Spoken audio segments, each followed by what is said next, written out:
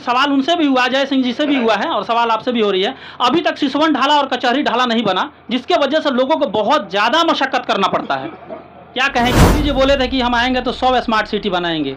क्या आप अगर सिवान में जीत के आते हैं तो पूरा तो नहीं, लेकिन क्या कुछ स्मार्ट हो सकता है सिवान पहले से? क्या लगता है? ऐसे तो ये तो नीतीश जी का काम था, नीतीश जी के समय में उन्होंने बनाया भी कुछ स्कीम वगैरह, लेकिन वो धरातल पे नहीं है। नीलगाय जो है लोगों का जीना हराम कर दिया, कोई फसल नहीं हो रहा है। आप अगर सांसद बनते हैं सिवान से तो क्या इस क्षेत्र में कुछ लोगों का मदद कर पाएंगे? हम अभी मौजूद हैं पुरैना कॉलेज पे। ये पुरैना कॉलेज बड़हरिया प्रखंड में आता है, सिवान के बड़हरिया प्रखंड में ये पुरैना कॉलेज आता है और यहाँ पे अवध बिहारी चौधरी जी का मीटिंग चल रहा है कार्यकर्ताओं को जगाने का।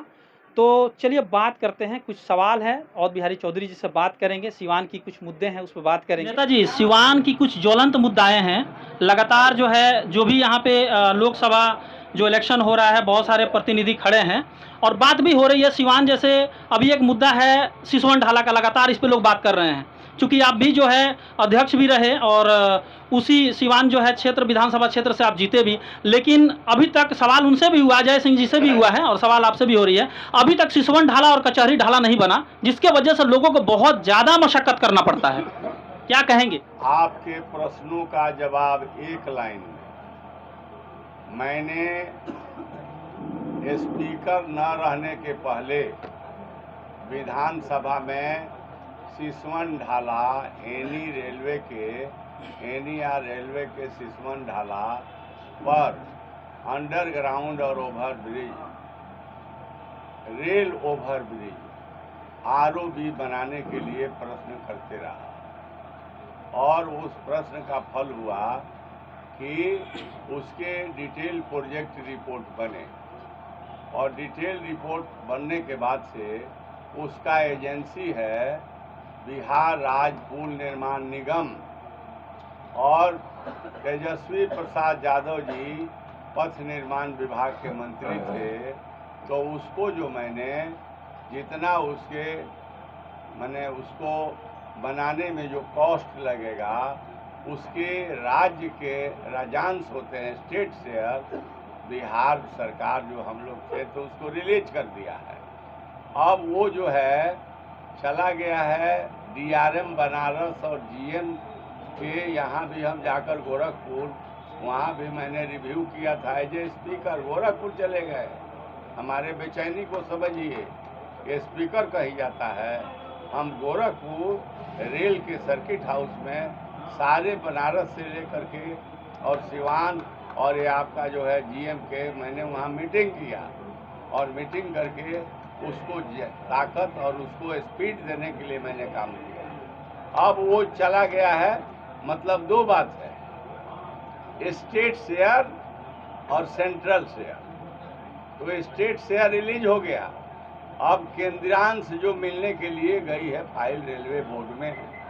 रेलवे बोर्ड अगर उसको केंद्रांश जो राशि है उस पर दस्तखत अप्रूव कर देता है तो परसों काम लग सकता है, इसलिए वो बाकी नहीं है, वो हो गया है और रेलवे बोर्ड में जाकर पेंडिंग पड़ा है। मैं चैलेंज के साथ, चुनौती के साथ कह रहा हूँ कि मैंने उसके सारे काम को करा दिया है और चूंकि केंद्र में जो सरकार है उन लोगों को उसको स्वीकृत करा करके भिजवा देना चाहिए। राज्य में हम मैंने तो कर दिया।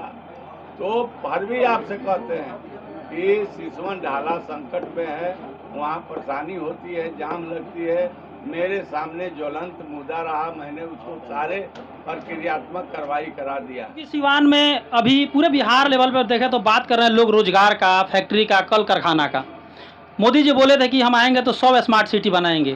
क्या आप अगर सिवान में जीत के आते हैं तो पूरा तो नहीं, लेकिन क्या कुछ स्मार्ट हो सकता है सिवान पहले से?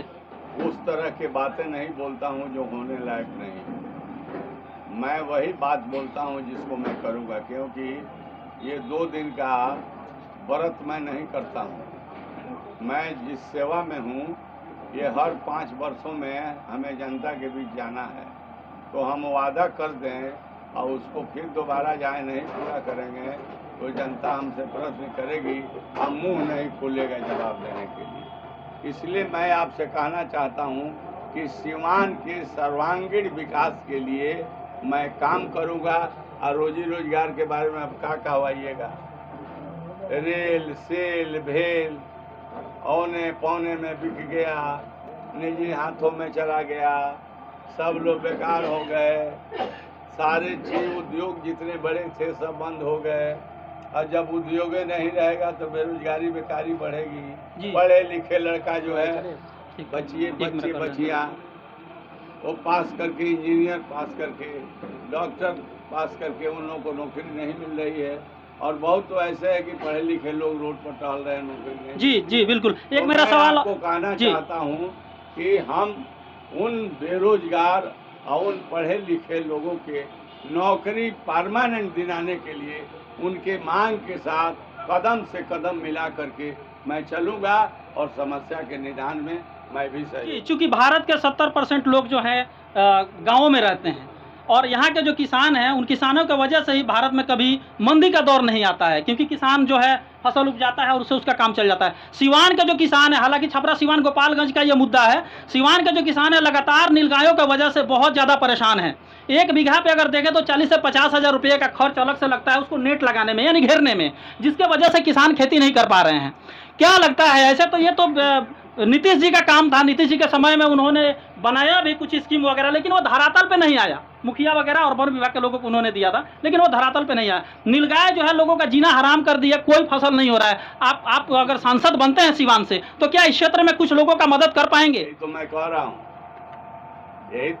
रहा हूँ कि जानकार प्रतिनिधि अगर जीत कर जाता है तो जो नीलगाय से प्रॉब्लम हुआ है पूरे बिहार में कि सारे फसल जो है बर्बाद कर देना और लोगों को कष्ट परेशानी में डाल देना, तो नीलगायों को माने उनको सुरक्षा, उनको भी सुरक्षित रहने के लिए जगह बनाया जाए और जो वो लोग बर्बाद कर रहे हैं फसल को उससे बचाया जाए।